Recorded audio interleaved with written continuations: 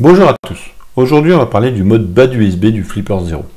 Le mode bas d'USB du Flipper 0, c'est l'intégration au Flipper 0 de ce qui est connu par un certain nombre d'entre nous, le Robert Ducky. Robert Ducky, c'était une clé USB, enfin c'est toujours d'ailleurs, une clé USB dans laquelle on va charger un script qui va, une fois qu'il est connecté à une prise USB, lancer ce script automatiquement sur le système d'exploitation cible, ce qui nous permet de lancer une série de commandes sans avoir accès à un clavier physique, ni même virtuel, ce qui est très pratique quand on veut venir pirater un système sur lequel on a juste une clé USB. Alors des systèmes avec que des clés USB, il y en a un peu partout dans le monde. Après, il faut quand même qu'il y ait une autorisation que le mass storage soit activé, etc. Et comme des petites protections qu'on peut mettre en place. Mais globalement, le PC de Madame Michu, vous le branchez, ça va fonctionner. D'accord. Il y a plein de machines tierces diverses et variées, même en entreprise. Donc le but, ça va être d'ajouter un script et dans ce script, de lancer des actions. Actions qui peuvent être diverses, c'est juste notre imagination qui va nous limiter entre guillemets.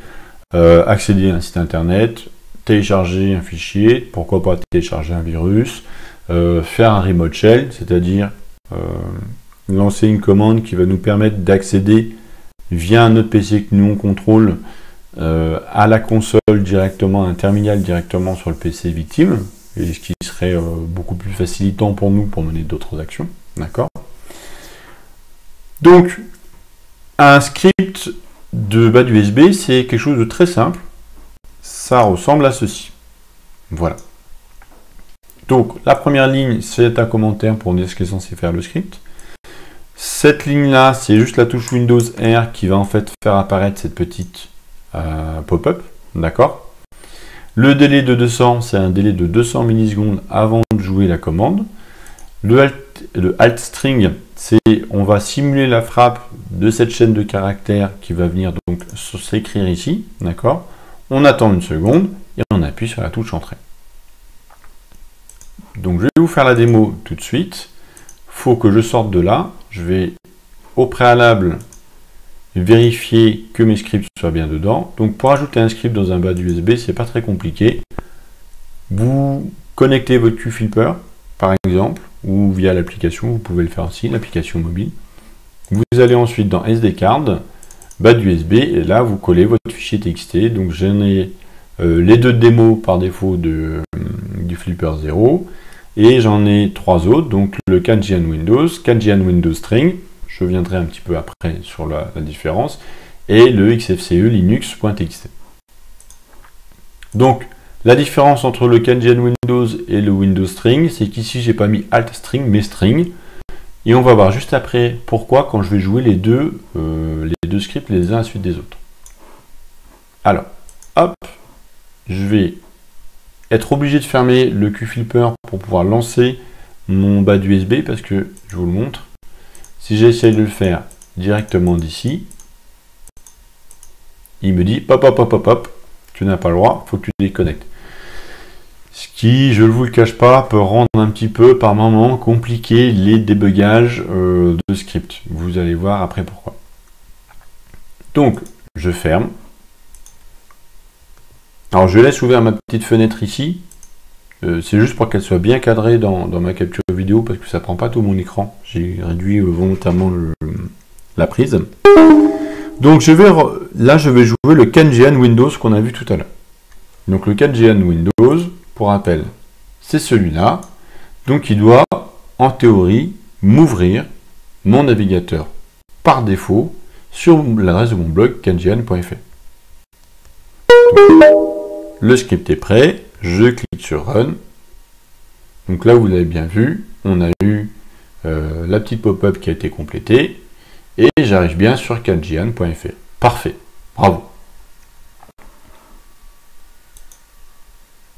Donc je vais fermer. Je relance hop, la petite fenêtre ici pour qu'elle arrive au bon endroit. Maintenant, je vais lancer le Kanjian Windows String. Donc celui-là. On voit qu'en ligne 4, le alt string était remplacé par string. Et je vais lancer le payload. Donc il faut que ça s'exécute. Alors là, vous n'avez pas toute l'erreur, mais ici, vous avez un message d'erreur qui dit « Je ne comprends pas, je ne trouve pas cette URL, je ne sais pas ce que tu veux que je fasse. » D'accord? En effet, si petite information qui peut être très chiante quand on va faire de l'utilisation de bad USB sur des claviers AZERTY, enfin sur des systèmes d'exploitation AZERTY, le Flipper 0 se comporte comme un clavier QWERTY. Donc, c'est pour ça que https m//zzz les Q sont devenus, enfin les hacks sont devenus des Q, etc. C'est normal parce qu'il se comportait comme un QWERTY. Il a utilisé le layout QWERTY. Du coup, quand je lui ai demandé d'appuyer sur la touche A, il a pris le même positionnement qu'un layout QWERTY, donc qui est ici. Donc pour lui, il appuie sur cette touche-là, qui chez nous, dans un clavier AZERTY, est un Q.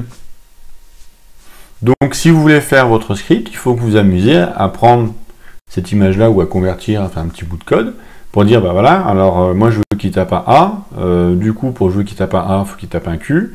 Si je veux que ça soit un 3W, ben, ça sera un Z du coup, et ainsi de suite. Donc ça, on pourrait faire comme ça, et ça devient vite très pénible, encore quand c'est des caractères alphabétiques, classiques, des lettres minuscules, majuscules, ou des chiffres, ça va être très simple. Dès que vous allez vouloir faire des signes qui ne sont pas là, qui sont sur un clavier AZERTY, comme le dièse en Alt-GR dièse, ça va devenir relou, parce que Alt-GR n'est pas pris en compte par le Rubber Ducky, et n'est pas pris en compte par le Flipper 0. Donc c'est très chiant.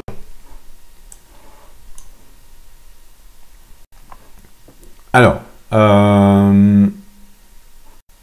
c'est pour ça l'alternative. Et en fait, quand on va utiliser, donc vous voyez là ce qu'il avait tapé dedans, quand on va utiliser le alt string, il va faire abstraction de ça et va taper le bon code directement, on n'aura pas de problème. Du moins sur Windows.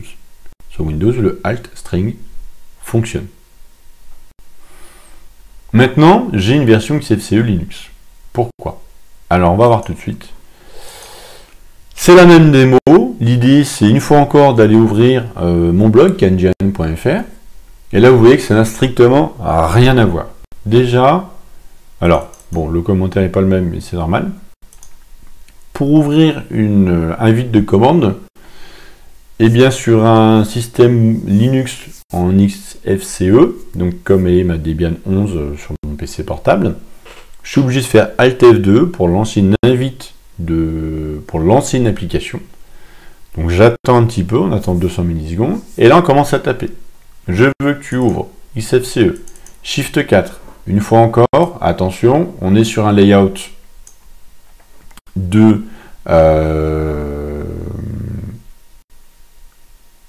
clavier QWERTY. En QWERTY, quand on veut faire 4, on n'a pas obligé de faire majuscule. On fait 4, ça va faire un 4.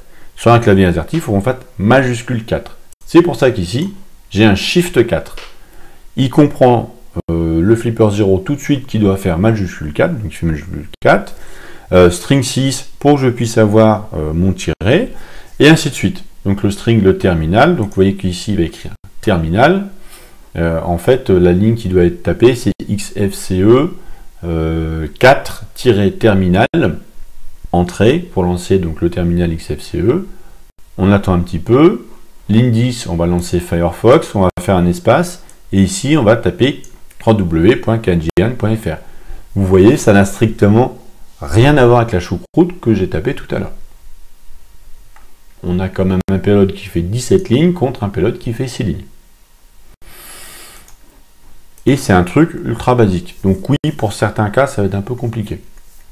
Autre chose, c'est que là, je cible clairement un système d'exploitation que je sais être un Linux sur XFCE 4.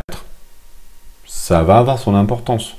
Le Alt F2 n'aura pas forcément le même comportement sur un GNOME, sur un Kubuntu, et sur je ne sais pas quel autre gestionnaire de bureau qu'on va avoir sur Linux. Donc, en fonction de la cible que vous allez avoir, soit vous êtes capable de savoir sur quel système d'exploitation, quel gestionnaire de fenêtre il utilise ou pas, pour avoir des payloads qui soient fonctionnels, ou vous ne savez pas, et du coup, ben, vous prenez le XFCE, vous en faites un GNOME, vous en faites un KDE, un je sais pas quoi encore, etc., etc. Vous mettez tout sur votre Flipper Zero et vous les lancez un à un jusqu'à ce que ça marche. Ça peut être une technique. Donc, là, on va passer à la démonstration de oui, ça fonctionne sur Linux.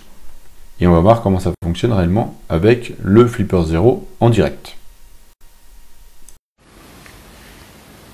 Donc, maintenant, je vais vous montrer réellement comment ça fonctionne avec le flipper en main. Donc, on va venir descendre dans base USB. Vous retrouvez ici tous les fichiers que vous avez mis de base USB, donc les de démo, ma version Windows, mon XFCE et mon Windows. Alors, si je lance les Windows là tout de suite, ça va juste faire flop, ça va strictement rien faire. Donc je vais venir ici fermer ça, je vais fermer celui-là et on va fermer tout ça. Voilà. Donc quand je vais lancer le XFCE Windows, le Kandian XFCE Linux, donc là le flipper a préchargé le script, c'est-à-dire qu'il est prêt à être lancé. Quand je vais pouvoir appuyer ici sur Run, là vous avez vu, il a lancé la commande, il la run, et donc entre le temps où il a lancé la commande et où ma connexion internet a compris qu'il fallait lancer mon blog, ça s'est passé quelques temps, mais ça a très bien fonctionné. Et je peux le jouer autant de fois que je souhaite. Vous voyez ? Donc là, il a rejoué quelque chose et je peux l'ouvrir 45 fois, ça me fait plaisir. Ça va beaucoup plus vite une fois que ça a déjà été lancé. D'accord ? L'idée, c'est que si jamais c'était pas un XFCE, que j'avais un GNOME, bah, j'en prends un autre, par exemple celui-là, je vais le lancer, donc là il a lancé, il ne se passe strictement rien, parce que pour lui, pour la version de Debian, G8R, ça ne veut strictement rien dire, donc il ne lancera pas. Et donc pour ce faire, j'ai juste pris le câble là, que j'ai branché sur mon PC, ici, tout simplement. J'ai rien eu à installer sur la machine, que ce soit sur mon PC Windows ou sur mon PC Linux, on n'a strictement rien installé et ça fonctionne direct. C'est le but du jeu. L'idée par rapport à un Rubber Ducky, là vous allez avoir un avantage, c'est qu'on va pouvoir avoir ici une bibliothèque de scripts qu'on va pouvoir utiliser sur une cible.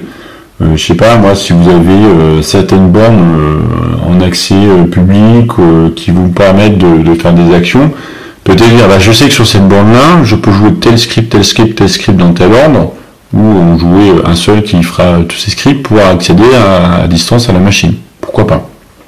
On pourrait avoir des ports de debug en USB qui seraient laissés actifs par une équipe de maintenance qui aurait oublié de le supprimer sur une borne de commande, par exemple, dans certains fast-food, ça pourrait exister, ça pourrait être présent. Distributeur de billets, j'y crois pas trop, mais on peut voir. Il y a plein de choses comme ça, vous allez avoir des prises USB. Donc il suffit juste de brancher votre connecteur dans la prise USB. Une fois que c'est fait, de lancer votre petit code et ça fonctionne tout seul. Le seul problème, vous voyez là par exemple, je l'ai annoncé, il n'a pas trop compris ce qui s'est passé. Qu'on va pouvoir avoir, je pense, sur ça, avec le bas USB, c'est vraiment le frein qui ne comprend que du QWERTY. Il exécute vraiment tout en QWERTY. Donc vraiment pour faire le payload sur Linux, on l'a vu juste avant, c'est compliqué. C'est beaucoup de texte, etc. Alors on pourrait se dire, ce que je vais faire, c'est que je vais lui demander d'aller chercher un fichier en ligne, de le télécharger, de faire un chmod plus X pour le rendre exécutable et d'exécuter un .bash. Ça me paraît tout à fait légitime et jouable, voire même une bonne idée dans des trucs un peu complexes, un peu compliqués, parce que sinon ça devient vite très très complexe. Ou directement faire, si la machine, on sait qu'elle est connectée au réseau, faire un reverse shell qui prend quelques lignes de script en Rubber Ducky et ça ira très très vite. Petit défaut aussi sur le flipper, je pense, c'est qu'il ne sait pas que ça n'a pas fonctionné. Ça serait pas mal. qu'il puisse le dire, tiens coucou, ça n'a pas fonctionné, ou tu m'as demandé de lancer des actions, mais visiblement en face j'ai pas eu de réponse. Ça me paraît compliqué de le mettre en œuvre, mais c'est vrai que ça aurait été plutôt pas mal. C'est vrai que par contre, écrire un petit script comme ça, juste qui va ouvrir une petite URL, quand on est au début et qu'on se gaufre un peu tous les problèmes de QWERTY, etc., on devient vite à un temps de mise en œuvre de 15, 20, 30 minutes juste pour ouvrir un blog. Donc c'est un petit peu casse-pied. Donc ça va finir, je pense, par l'écriture d'un petit script pour que ce soit convertissable. Je veux jouer tel payload, je vais faire un script qui va me convertir ça en Flipper 0. Et c'est vrai que ça serait vraiment bien qu'on puisse avoir une prise en compte du layout de l'OS sur lequel on va jouer. Ça serait magnifique. Après, techniquement, j'avoue que je ne me suis pas posé la question quels seraient les freins pour le Flipper 0 dans la manière de fonctionner pour que ça puisse exister. Après, des layouts de clavier, il y en a tellement aussi, il y en a assez énormément. Donc ça serait vite compliqué. Mais une fois qu'on a bien compris, ou qu'on est sur une cible d'une machine Windows, comme on avait tout à l'heure, ça fonctionne parfaitement bien, c'est relativement efficace, ça peut